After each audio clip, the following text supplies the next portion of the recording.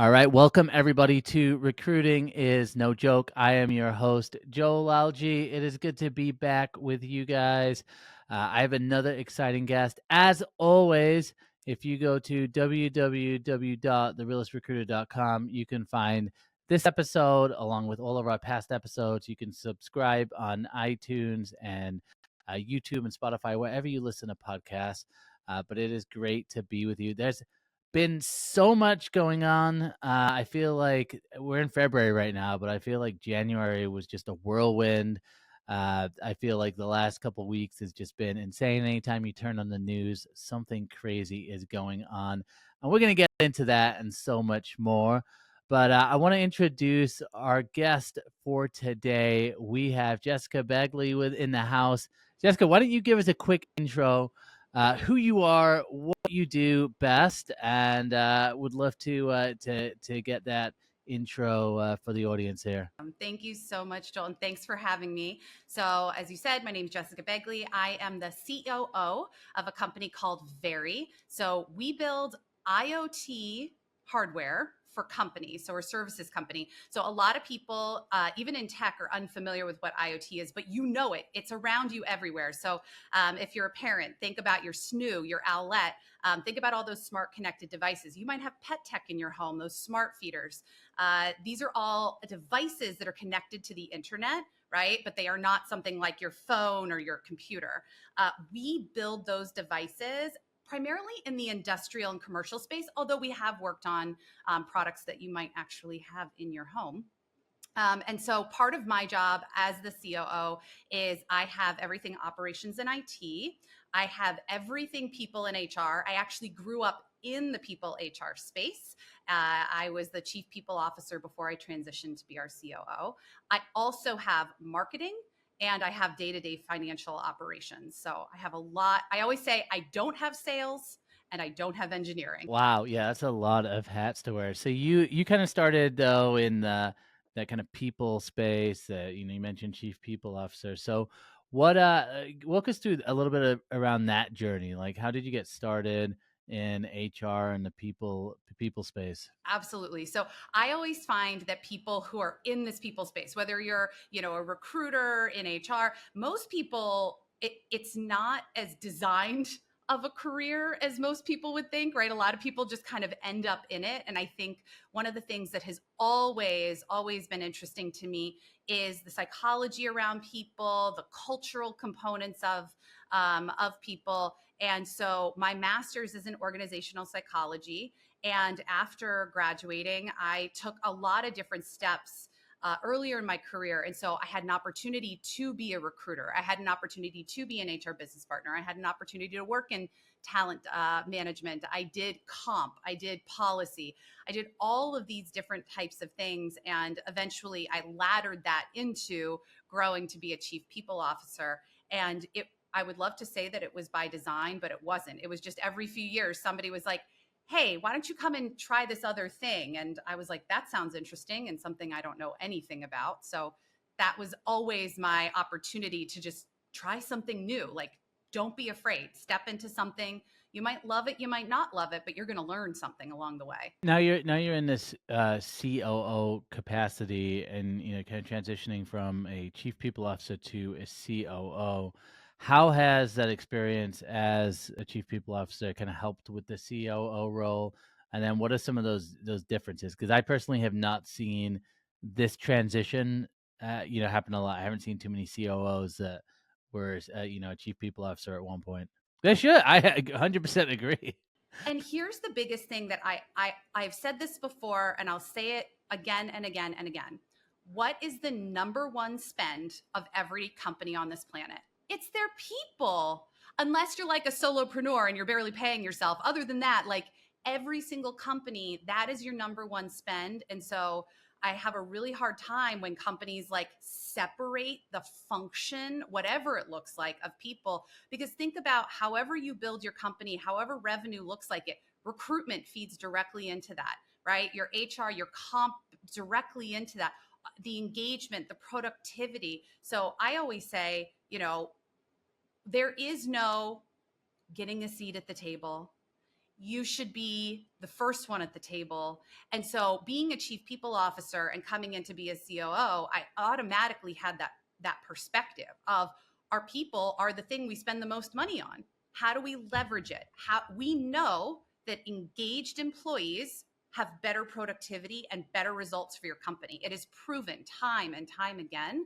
So how are you building all of your business strategy to have these lanes around your people strategy, around your marketing strategy, around your product strategy? How are you having these all ladder into your total business strategy? And so as a COO, I think I've always, as a people person, I have always been extremely entrepreneurial. I always am looking for what's the creative solution. Don't worry about what has been, what could be. And so I think that makes me really productive as a COO, because I'm not just looking at, oh, we're going to keep doing it that way because we've always done that way.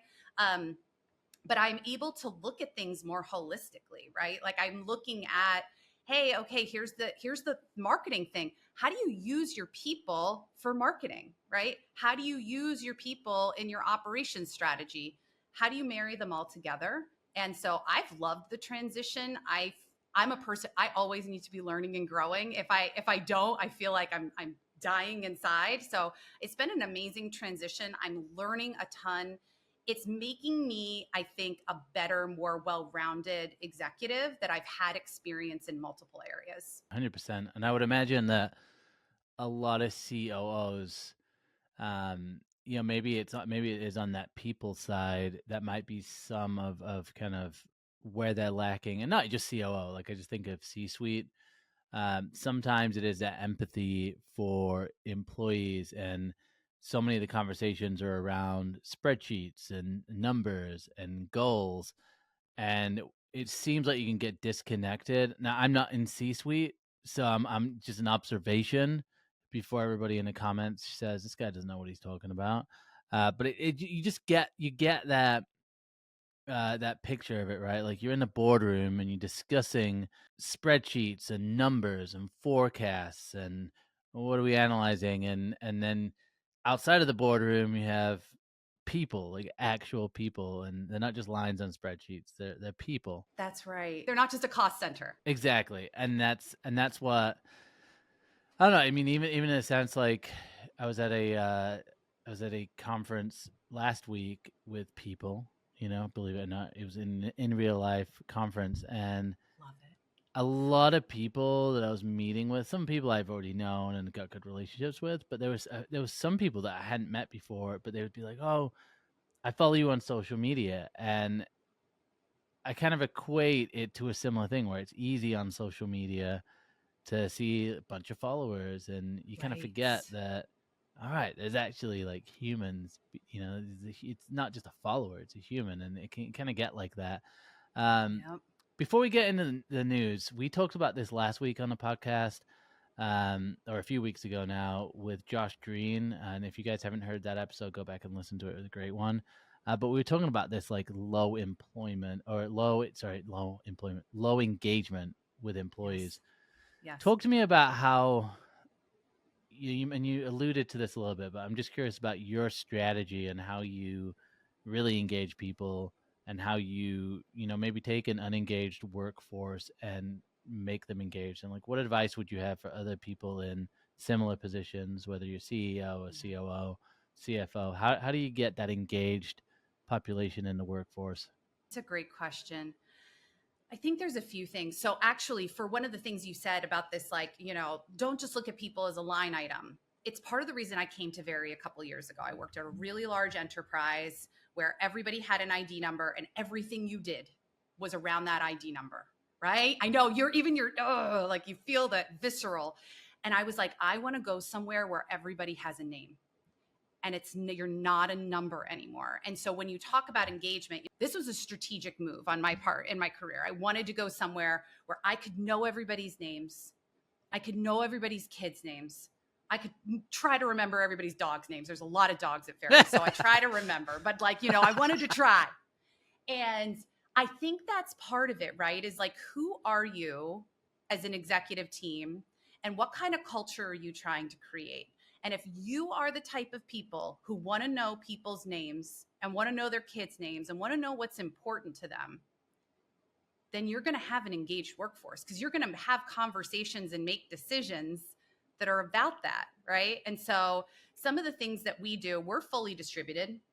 We don't have an office, but if you talk to our employees, they would tell you they're more engaged with our employees than they were when they were in offices, because we use Slack as our hub. So we have Slack. We do a morning question of the day every single morning. And so we ask people, and they're fun.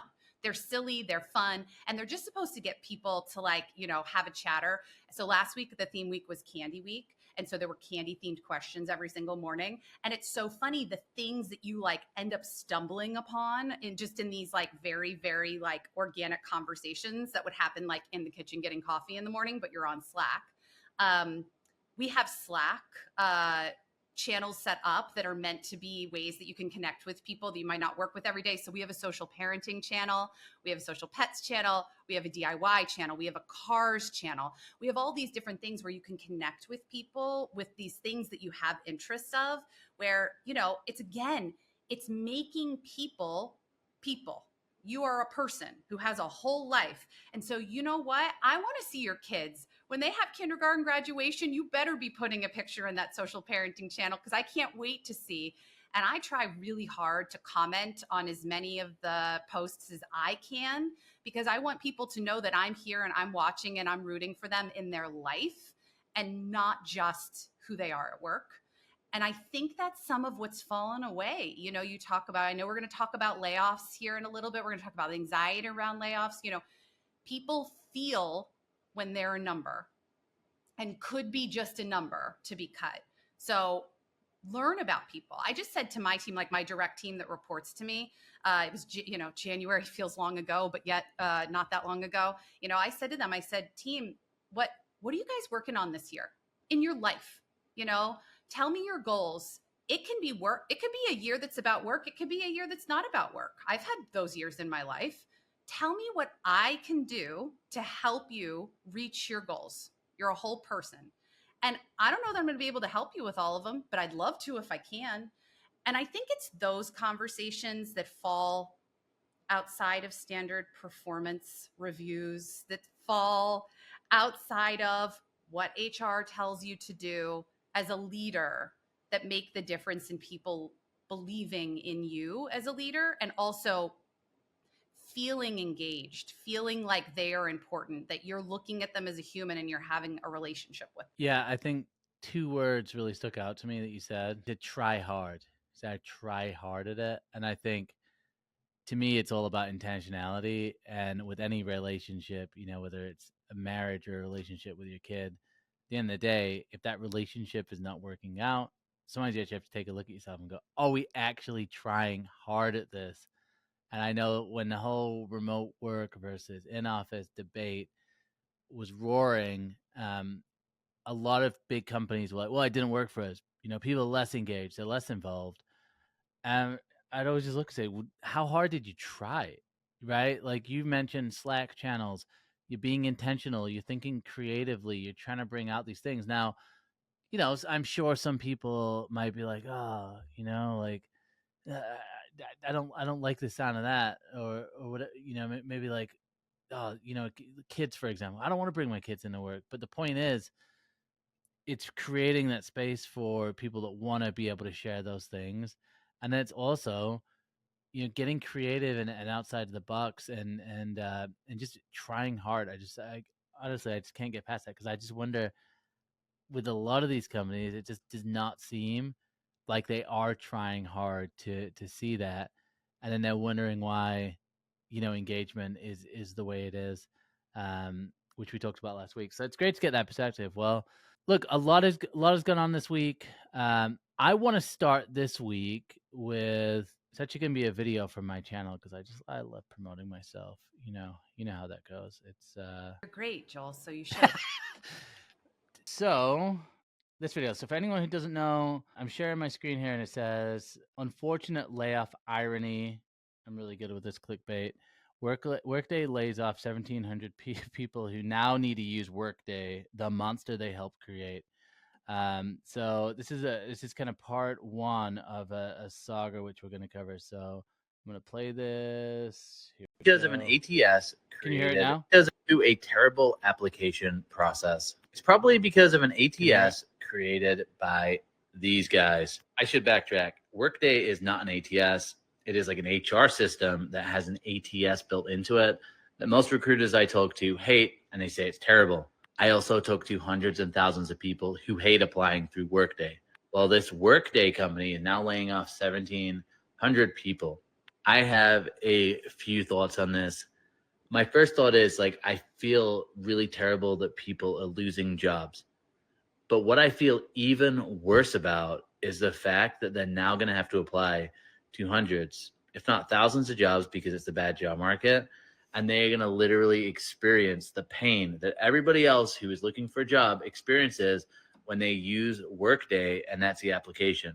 Like, you lose your job, then you have to apply, and you're going to see that logo of the company that just fired you over and over and over. And then you're just going to experience like how terrible Workday is to go through. My other thought is last year they spent a whole lot of money on those really terrible commercials that were unrelatable, where they brought in rock stars that basically told people in HR they weren't rock stars. That commercial was on the Super Bowl. They hired a bunch of celebrities. It was just terrible. It was just a waste of money. And I just think, like, why not just cut that? And then maybe you wouldn't have to cut as many of these jobs. So that was kind of the first part of it, right? Workday lays off people. Well, today, and this is what we're going to chat about. I'm just always curious to get leaders' thoughts on this, right? The whole of last year, 2024, like the mantra was AI is not going to take your job. Somebody who's using AI will. But I'm like, are we gonna continue to see stuff like this with big companies, like where you pointed it out, the biggest expense is people, right? And if you could replace people and get AI agents. So like when you read stuff like this or you see stuff like this, like how do you process this as like just a leader in general?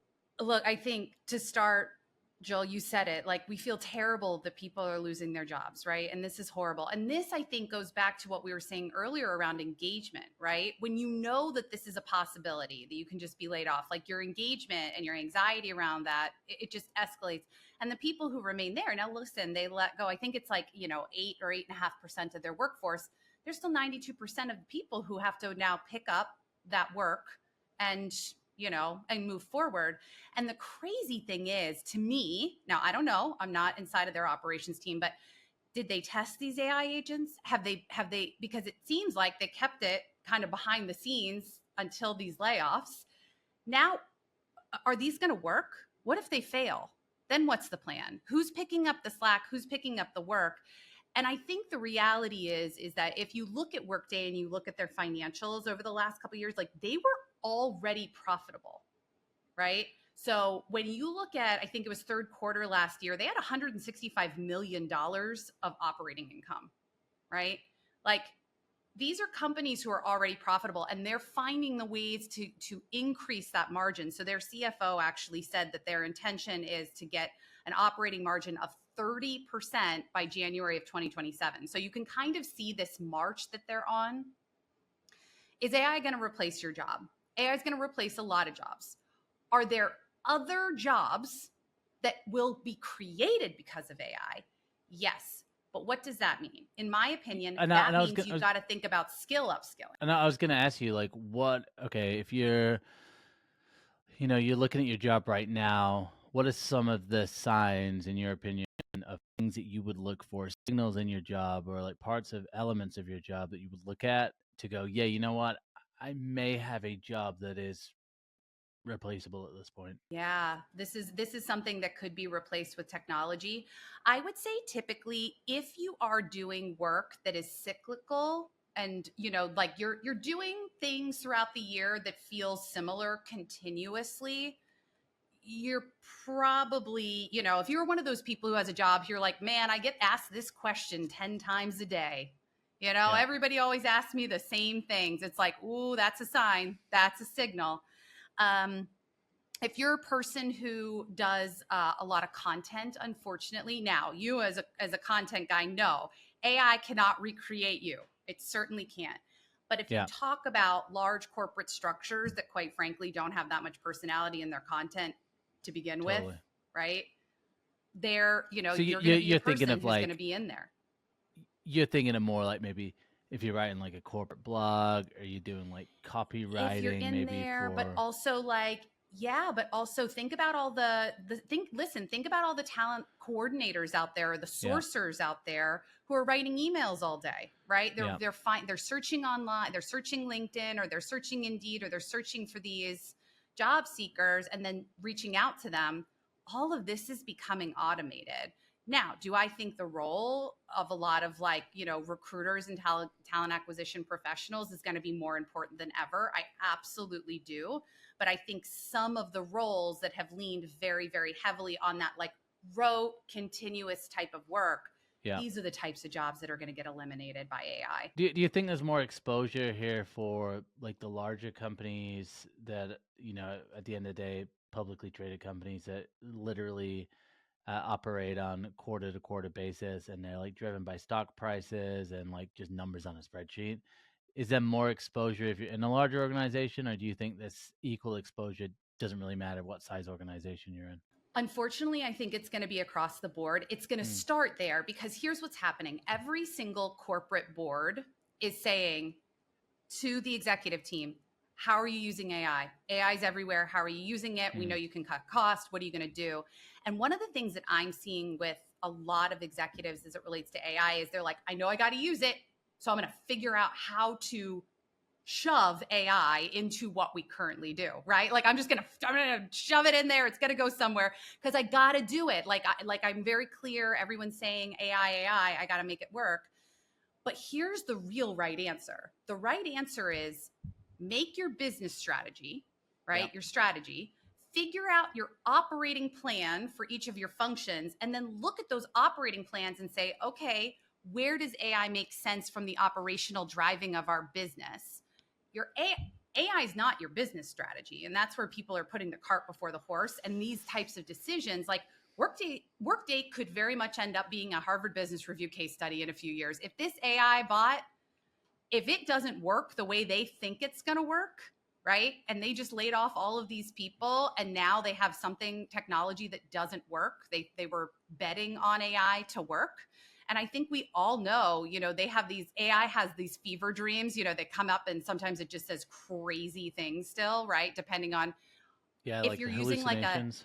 these hallucinations, like they have these if they're just using like a white labeled chat GPT, which they might, right? They might just be using that.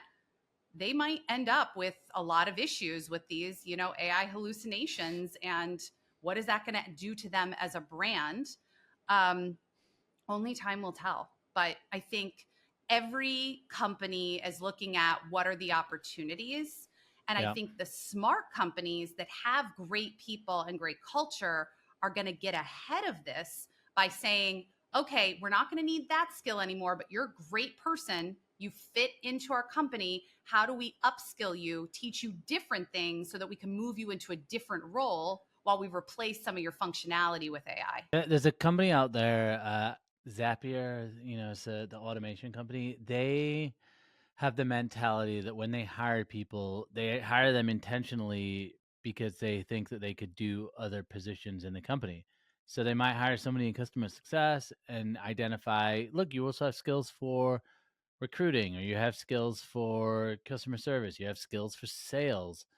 And I think they make it clear throughout the interview process, like, hey, if at some point we need to do layoffs or we need to reorganize or restructure, we've actually hired you to be able to do other positions. And I remember when I heard that, I thought, I wish that more companies would do this, because we're not talking about this today, but Meta, they laid off people, but they're also hiring a bunch of people. And I'm like, okay, guys, like if you're gonna do those layoffs and you're gonna be paying severance, right? Because they're offering actually pretty like generous severance packages, but that's a big cost. I'm like, have you not given people an option and said, look, we hired you in for the first place, so there's some sort of fit, whether it's culture fit, experience fit, skill set, and I would imagine that Meta, has some sort of rigid interview process like a lot of those big companies do. They get so many applicants.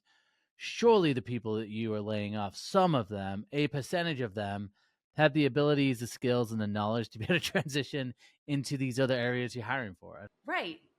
Right. You've hired these extremely smart people who have gotten through every single hurdle that you've placed in front of them. And now, and the Meta layoffs are already getting very interesting. So I don't know if you saw, but the Meta employees who were laid off said that they want Meta to change the language of what they're putting out, because they're saying, I was never on a PIP. I was never told I was a low performer. And now you've broadcast to the world, when people look at what was my end date at Meta, that I was an underperformer when that was never communicated to me. So that one's going to get interesting here. That's going to get interesting fast. Well, they also released. I'm looking at the email here, and it says, and this is got their, it's people leaking this stuff now, and this is another thing for companies. Like, you do something behind the scenes, guys. We got Reddit, okay? We know what to do. You screenshot and then you share it, okay?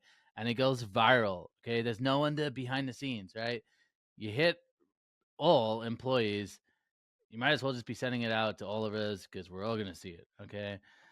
This one says, in January, Mark shared that we're accelerating performance terminations. Accelerate? What? I've never heard that. During the year-end cycle. Unfortunately, due to your performance, your employment is being terminated. So to me, that acceleration, that could mean that you weren't even given the opportunity to be put on a PIP. There's definitely the playbook in not to do things, and it's going to be hard for me not to. It's hard to imagine them not getting some kind of like legal trouble after this, because it's so publicized and it seems crazy. I'm not legal though. I don't know. I'm not either. But I agree with you. I think if they just simply would have said it's a layoff, we're doing a layoff. Like, oh man, exactly. That's a different thing than saying we're letting go of underperformers. And to your point, though, too, to still continue to be hiring, But I think one of the things a lot of companies don't want to do, and I think it's intentional, is they don't actually want to define the skill sets required for each of their jobs, because you could just look across and say, hey, look, I got 60% of the skills that would be needed in this job over here. If I spend the next couple of months, couldn't I get close enough to be able to be doing that job? Right. So I think there's I think there's some companies who just haven't created those structures, who have the opportunity to. And then I think there's other companies who are very intentionally not creating those structures because they don't want to. Yeah, I 100% agree. And we're seeing this a lot more though now, these layoffs and then AI and then hiring different people. I know there are some companies out there too they have software that can help with the internal mobility. So maybe some of those companies need to reach out and sell their services. So I'm sure the audience is like, oh my God, not AI and layoffs again. And sometimes I do a lot of content on this stuff, and one of the comments I get is like, dude, you keep talking about the same stuff. And my promise to my audience is, when there's good news, I will be sharing that too. We're just unfortunately not in that season. So it's either like you just ignore this stuff and then it hits you. But a lot of people who actually discover my content are like, man, it's so helpful to hear that it's a tough job market, because everyone, my grandma at Thanksgiving told me I suck because everyone's hiring and the job market is amazing. No, isn't that Grandma? Not grandma. I know, grandma. No, what are you doing? Grandma's been watching the wrong news channel. Yeah, the wrong news channel. So kind of going into that, we got a couple directions we can go. Why don't we take a look at our favorite report here on Recruiting Is No Joke. My favorite report in general. Ooh. The good old jobs report, where Uncle Tony reads it and goes, how the hell are you still unemployed? Everyone's hiring. Didn't you see the jobs report? And Uncle Tony is just all these people on LinkedIn that want to inform me of the jobs numbers. But okay, so 143,000 jobs added. So we're doing great, guys. An unemployment rate fell, because that number makes a lot of sense. So things are great, right? Walk me through this. Thoughts on the number one, thoughts on the job report in general, and when you see this, what's your advice for people in just reading past the numbers, right? Past the headline. Absolutely. I think it's first of all, to all those people out there who are saying like it feels tough, like it's also hard because what Uncle Tony and maybe even Grandma are seeing is also the stock market, right? Oh, They're it's like, wait, booming. it doesn't make any sense. What are you talking about? Like people are hiring, stocks have never been higher. Like what's wrong with you? And so we can talk about that too, because there's a lot of they're connected. These two things are connected to each other. Let's talk about the jobs report. First of all, the thing you have to understand, in my opinion, is this report is so unbelievably antiquated. And here's the easiest way to describe why. When you look at this number, there are only two major categories that the government considers, and that is farming jobs and what's called non-farming jobs. So think about that for a minute. So this 143,000 and just so we're clear, report. Farming jobs are literally farming. Like, and that's its own report, right? Now listen, farmers allow us to live. Thank goodness for the farmers in this world. And I'm really glad that we're paying attention to making sure that farming continues to exist so that we can all eat. I love it, you know? But just to be clear, those are the only two reports that the government creates around jobs. So let's talk about this 143,000. That means every non-farming job in America is counted in this 143,000. So think about that. We're talking part-time, we're talking everything. The job at Wendy's, the cashier. The cashiers at Wendy's, you're talking about construction. And if you look down here, not too far, it's actually on your screen. When you look at that 143,000, 44,000 were healthcare, 34,000 were retail, and 32,000 were government. Now let's leave the government part alone because you actually went past it. Go back up just a little bit. It's right there. It's up a little bit more. Up a little bit more. It was right there on the top. Yep, second bullet. So when you think about that, 143,000, that means only 33,000 of those jobs were not in those three sectors. But that 33,000 still includes restaurants, construction.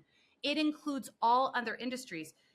Here's my, I am not an economist, but here's what I would do. If I was able to redo this report, farming, fine, leave alone. But this report, I would divide it into three sections. Section one would be what I would call skilled workers.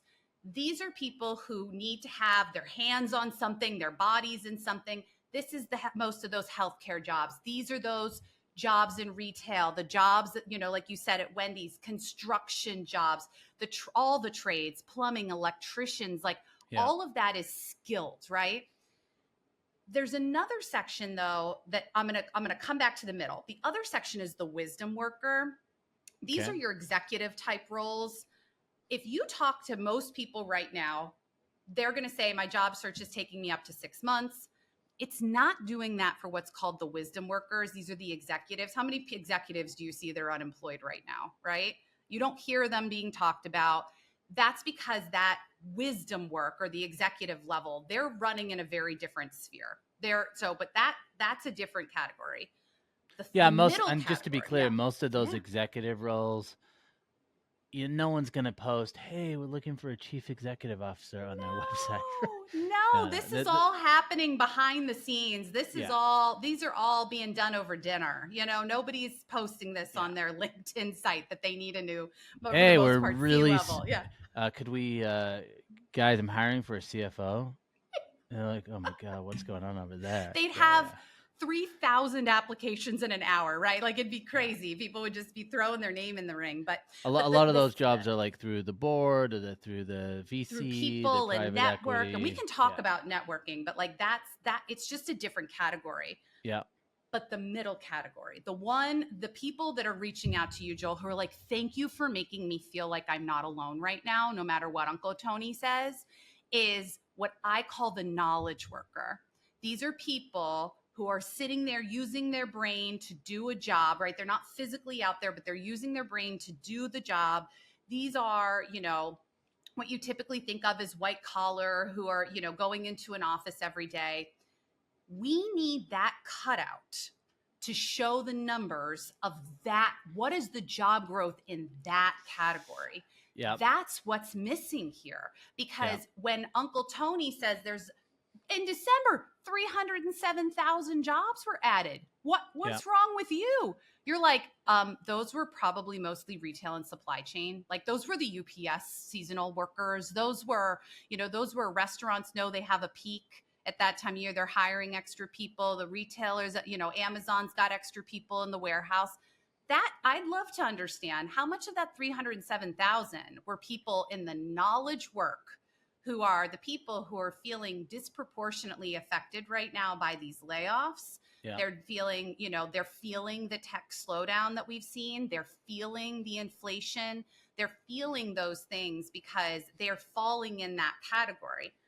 A lot of those other jobs, the skilled workers, you can go out and get one of those jobs, right? You can go out and get a skilled labor job, especially if you're in certain, if you're in a trade right now, you can have 10 jobs tomorrow, right? Well, and so it's a really different conversation. The government has not updated the way they look. I would agree with you to a certain degree with.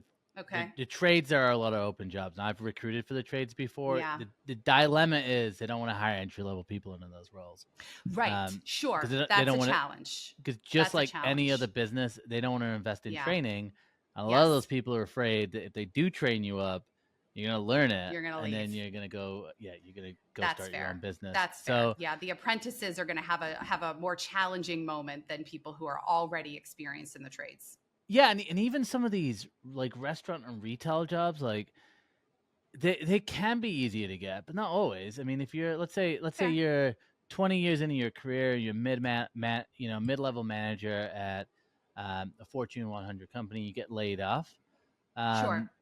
It's like you're gonna have to really restructure your resume to get a job at like Wendy's or McDonald's or Home Depot. Fair. Like it's not always just. I think there is an idea of like, well, so easy to get one of those jobs, and on the face of it, it can be because there isn't like a massive like experience level required. Mm-hmm. But a lot of times, man, these hiring managers don't think any different than hiring managers in corporate. Like, oh, why are you looking for this job? Oh, well, you're right. Why are you overqualified? Overqualified, or oh, well, once you get another job, you're just going to leave us. So it's not like those hiring managers think any different from other hiring managers. I think people sort of underestimate that. So yeah, and then I think the other piece with this, which we haven't even talked about, is like at the end of the day, last year I think they revised these numbers multiple times. They did, and it's just like they did. But then it's like they come out the next year like, and everyone's like the jobs report's here, and I'm like, right. You mean the one that revised 3 times last year? Like, that's what? Right. And every time was down, and every single time it was down. There was never one that were like, you know what? There were actually more jobs. We found some extras. No. Nobody found pennies in the couch cushions, it was all like, ooh, we may have overcounted, and that's why they do these revisions. I love though the idea of segmenting it down more so it's just clear to read. And like anytime I read like the farming and non-farming, I'm like, why like how did and I guess back in the day, farming was obviously way bigger than it is now. Right. But it's just like, that's right. Let's move on. And that's the thing. And listen, I'm not discounting the fact that there's reasons why, and there's so many subsidies that go into farming. There's so many things like as a society that we require farming. So I get that, but there's a segmentation instead of this just like blanket, like, hey, let's throw everybody else in a bucket. Everybody else goes into one bucket, when the reality is the work is very, very different, and the addition of the jobs. And by the way, we didn't even say this, but the number of jobs, 163,000, missed what they thought was going to be. It missed the target. It was under what they anticipated the number to be in January. Which is great. And I think, I know we're slightly running out of time here, but I know that all these numbers, man, they run into the decisions for like interest rates and how they adjust interest rates, which impacts the home market and people being able to buy and afford houses, which has been brutal the last couple of years. And so it's like, if you're basing your decisions on that, which then impact inflation, in fact, it affects everything. And then like 6 months later, oh no, you know what? We over forecasted by half a million. Like, okay, well, can we go back and change the interest rates to make them lower? Because I just paid a bunch of money on my credit card that's 37%. I don't have credit cards. My wife does not like those things, but it's like it impacts everything. So if you're basing everything on a weird number that like is antiquated and then is wrong most of the time, And that's like what we're basing all of the economic, all these other decisions, right? Interest rate. It's crazy. It's an interconnected system, and I actually think there was a point in the fall, I want to say it was like September or October, where the Fed changed the interest rate, and the week after that Fed meeting, They revised the job report. I remember and I was that. like, they never would have done that. They never would have made that decision if the job report would have looked different. And to your point, it's all interconnected. So now you have people who have made life decisions based on these things. And it's like, wait, guys, like back up a little bit. But it's And then obviously you had the election mixed up in there. And I think this is what is so crazy is like you have the news reporting these numbers, people are basing decisions on these numbers, you got elections tied in there, and it's and then you go to the holiday party and everyone rips on you for not being able to find a job. And just to be clear, guys, I've seen it time and time again. Um, people are struggling on the job market for these white collar, like you described, the knowledge workers. And obviously, like it's not going to get easier when there's thousands of knowledge workers entering the job market as well. And if, with that number, if we looked at it again, it was like 30,000 of those jobs. Okay, so if we add up Workday and Meta, they just had 5,000 and there's 3,000 jobs or 30,000 jobs. It's going to be tough. And then add in the government workers, right? The government workers who selected into, right? So there's, as of last Friday, 65,000 of the federal civilian government workers have opted into the exit package. What I want to leave with is how I always leave the podcast, which is number one, how could people connect with you? How could people get a hold of you? How could people find out what you're up to? And then number two, like just what advice do you have for people, whether it's early career job seekers? I mean, you've given a ton of value here, but what would be like that one piece of advice you'd want people to hear? And again, it could be really, really to anyone and everyone. Absolutely. Well, thank you again for having me. We could have talked all day, but I 7-hour would say, podcast, like a Joe 7 Rogan hours. Yeah, absolutely. Just keep going. We'll take snack breaks. It'll be great. But a few things. So one, I am on LinkedIn. So find me on LinkedIn. Yes, you've heard of it. You're on there a bunch. But that's the best way to follow me. I like to post a lot about things that I'm seeing out there, trends that I'm seeing. I also try to demystify technology. We work in that IoT sector, so I try to demystify it. So please follow me along there and reach out, connect, send me messages. I try to respond to every single one. So please, if you have any questions, don't hesitate to reach out. And then the other thing I would say, advice, and this is something that I continuously learn more and more and more in my career, and I think particularly at the level I'm at. I know it's cliche to say that your network is your net worth, but it is. So for everybody who's out there, if you have a job, if you're looking for a job, networking is not about let me connect with somebody on LinkedIn or let me meet them once in an event. It is about building real and meaningful relationships. And I find the most meaningful ones are the people that I go with and, I'll say, how can I help you? And then they say, now, how can I help you? What are you working on right now? So find the ways, no matter what your circumstances, to reciprocate your ability to help others. That's true networking. And it's a long game. This is about relationships and people and things that might develop over time, which is why I'm saying, even if you have a job right now, make this an effort. Set goals for yourself. Whether that's like once a week reaching out to somebody who but you put more in that like acquaintance category. You don't know them well enough, or I'm going to make it so every month I'm inviting somebody out to a networking coffee and I'm going to find out what they're working on. What are your goals this year? Let me tell you about my own, work on those types of connections that are meaningful and where people feel like, oh, they're in my corner and I'm in their corner. They're going to pay dividends for you in your career and in your life. So make sure that you're making that a habit in your routine. I love that. Golden. Look, it's so much of like success in business, in health, in life, in family, whatever area. Long game mentality is huge, and networking is no different, right? It's a relationship game. I love that idea of like, what can you give? Like, how can you support people? How can you do that? I've read something. I didn't even read it. It was on a podcast, but it was from a book. And one of the tips they had was to go through your phone book and like text 10 people a week.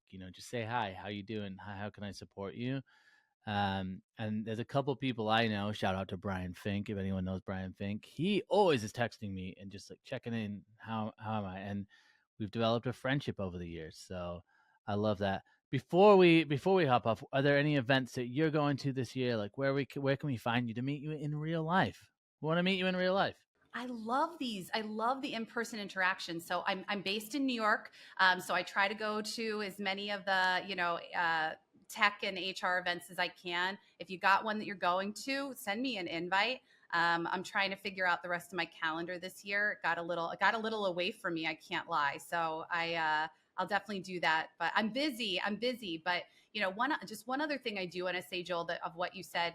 One of the things about that long game and the habits, and to your point, the texting, because I do that too, just don't overdo it to start. I think a lot of people they're going to hear this and you're going to go hard and you're going to text everyone, including Uncle Tony. And that's great. But here's the thing. What's actually going to serve you is starting it, do one person a day.